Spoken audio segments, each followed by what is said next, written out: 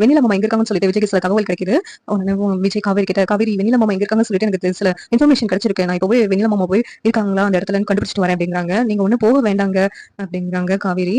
ஏன் காவேரி, நான் வெண்ணிலா மாமா பேரை எப்படி கண்டுபிடிக்கிறது அப்படின்னு விஜய் கேட்டதும், இந்த நிலைமையில நீங்க போறது சரியா இருக்காதுங்க. நம்ம வேணா குமரன் மாமா கிட்டே இல்லை நிவின் கிட்டே சொல்லி அந்த இடத்துல போய் பார்க்க சொல்லலாம் அப்படின்னு சொல்லிட்டு காவேரி சொல்றாங்க. எதுக்கு அவங்களுக்கு தேவையில்லாத இது, ஏற்கனவே குமரன் அதுல தலையிட்டாங்கன்னு சொல்லி தானே அவங்க கடை இது பண்ணாங்க. நானே போய் பார்த்துட்டு வரேன் அப்படிங்கிறாங்க. அவங்க எதுவும் நினைக்க மாட்டாங்க. நம்ம குமரன் மாமா கிட்டே நிவின் கிட்டே சொல்லலாம் அப்படின்னு சொல்லிட்டு காவேரி நிவினுக்கு கால் பண்றாங்க. கால் பண்ணி நிவின், அந்த வெண்ணிலா மாமா எங்க இருக்காங்கன்னு சொல்லி சில இன்ஃபர்மேஷன் கிடைச்சிருக்கு. நீங்க வந்து அந்த இடத்துக்கு போய் பார்க்கலாமா அப்படின்னு காவேரி கேட்கறாங்க. உடனே நிவின் இருந்துட்டு, ஓ தாராளமா நான் போய் பார்த்துட்டு வரேன் காவேரி, எந்த இடம்னு லொகேஷன் மட்டும் எனக்கு ஷேர் பண்ணு அப்படின்னு சொல்லிட்டு நிவின் வந்து பேசிட்டு இருக்காங்க. உடனே இங்க யமுனா காவேரியின் பேர் சொன்னதும் கோவப்படுறாங்க.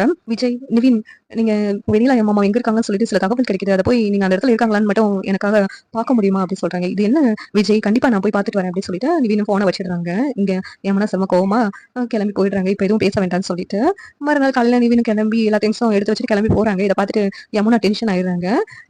நீங்க காவேரியா அங்க எங்கேயோ விட போறேன்னு சொன்னீங்க, அந்நேரமும் எதுவும் பேசக்கூடாதுன்னு அமைதியா இருந்தேன். நைட்டு காவேரிட்ட இருந்து கால் வந்துச்சு, அப்போ எதுவும் பேசக்கூடாதுன்னு அமைதியா இருந்தேன். இப்ப எங்கேயோ கிளம்புறீங்களே சொல்லாம கொள்ளாம, அப்படி எங்கதான் கிளம்புறீங்க?